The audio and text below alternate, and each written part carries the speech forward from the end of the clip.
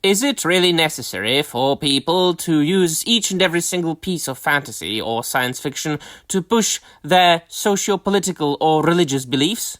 Let's find out.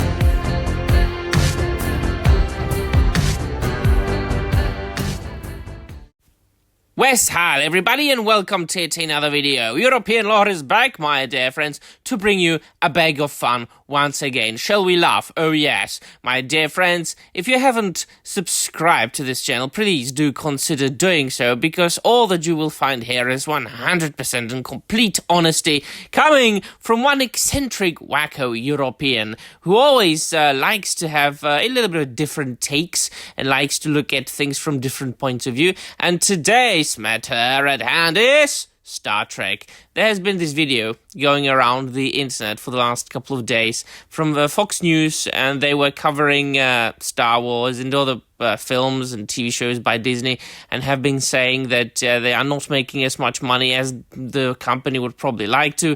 And they were, of course, talking about the new director, I forgot her name, but I also covered this in a video.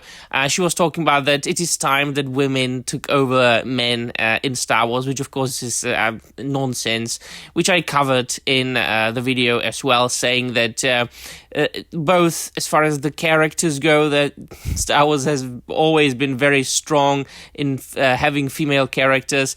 And I also said that, well, I think that Kathleen Kennedy would disagree. And I said that Star Wars has been under a firm grasp of females for a couple of years already.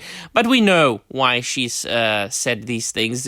It's the script that is being expected today. The script which says that the corporation says something to anger the fans, and fans will then make videos and reviews and post on Twitter, and those corporations will then call us istophobes, and thus they will get more and more attention. It's getting old, and everybody can see through that. However, this woman in question said that Star Wars was being too woke and feminist, yada yada yada, and then another woman says, that's why I'm Trekkie and not Star Wars. Well, you are not Star Wars. Well, what? Did you mean Star Wars fan? It's like Ralph from the Star Wars, from the Simpsons. You remember that scene saying, "I'm a Star Wars." So she said, "Let us try to play this video, and I hope that Fox News will not copyright strike this video." And Top Gun breaks Memorial Day weekend record. Modelo Best Bud Light. Ben & Jerry's loses $2 billion. Disney loses $900 million. But best of luck to the feminist director. I'm sure yours will be a hit. Yeah. That's why I am a Trekkie and not Star Wars. You just have to cringe watching that. However, I have had an idea, and I have been reminded of this idea that I have had for quite some time, thanks to this video. Because, of course, if you look at the comments and if you look at the retweets or requotes that people did on X, not on Twitter, you will find, once again, people arguing that, and of course, I do agree with this take, that saying this only shows that the person who says it knows absolutely nothing about Star Trek. Star Trek being from the get-go very, very progressive. Why am I showing you pictures of The Next Generation? Because I have been rewatching The Next Generation lately. I just recently, last night, I finished rewatching the second season, and tonight I'm starting the third season. And so I can't tell you at this point if I like the original series or Star Trek The Next Generation more. It's on the same level. I love them equally. And man, listen, it is a fact, an undeniable fact, that Star Trek has always been known since its conception, since the beginning, to deal with very progressive topics and matters, and that it really has been diverse in the true sense of the word, and that doesn't mean that it was 2023 and 2024 progressive, because a lot of people are forgetting one fact. Being liberal or being progressive in 2023, 2024 nowadays means something very different from being liberal in the past, in, you know, the 1970s, 1960s, 1980s, 1990s. Very, very much different. Now, I have seen a lot of Star Trek, and I have loved all the original series, all the Next Generation, because first and foremost, and this is the first thing that needs to be considered, that needs to be taken into consideration, that needs to be paid attention to when you are reading a book, watching a film, watching a TV show, and it's the quality. And Star Trek has and I'm talking about the original series and the Next Generation, mainly. Now, I know that there are fans of other series as well. It always has been very well made. Escapist science fiction TV show about the crew of the Enterprise. And I love each and every single character, and especially then in the original series, I can tell you, Captain Kirk is my favorite character, along with Bones, and then Spock.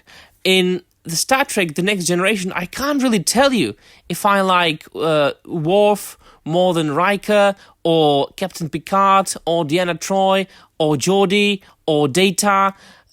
Nobody likes Wesley, but but you know, and I have got some reviews on my channel. Please, there is a playlist on European law covering some, you know, episodes that I consider to be worthy highlighting, and in those episodes I go into detail, saying that, oh my god, they were dealing with this in the 80s, and today people are crazy about these topics. They, you know, and it only shows that people really have either forgotten shows like these, and how beautifully progressive, yes, beautifully progressive, because this is not a matter of today. This is not the extremist wackos that are trying to push their crazy agendas. No, it was extraordinarily made.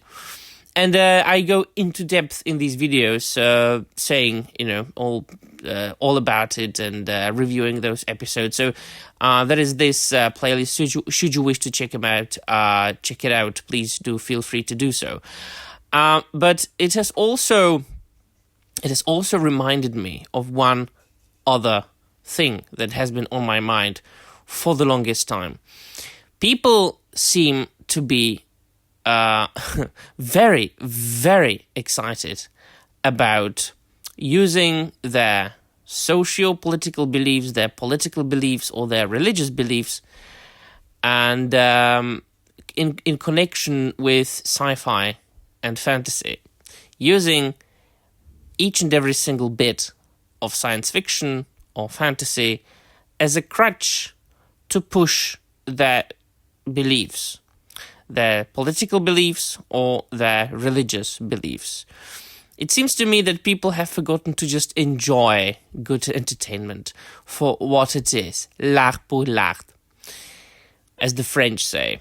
And it's everywhere. It's in Star Wars, it's in Star Trek, it's in Tolkien. I mean, there are many comments under my videos when I'm making a video about Tolkien or The Lord of the Rings or whatever, stressing, the fact that Tolkien was a Catholic, and that, they are stressing the religious impact of The Lord of the Rings.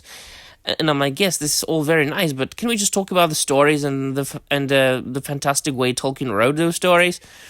Well, what I want you to do, my dear friends, is to put in the comments down below if you're still able to enjoy stories for what they are. I'm not talking about new films or TV shows, old films and TV shows. If you also, like I do, go back and rewatch and reread old things for what they are, not really looking for anything political, anything socio-political, or any allegory.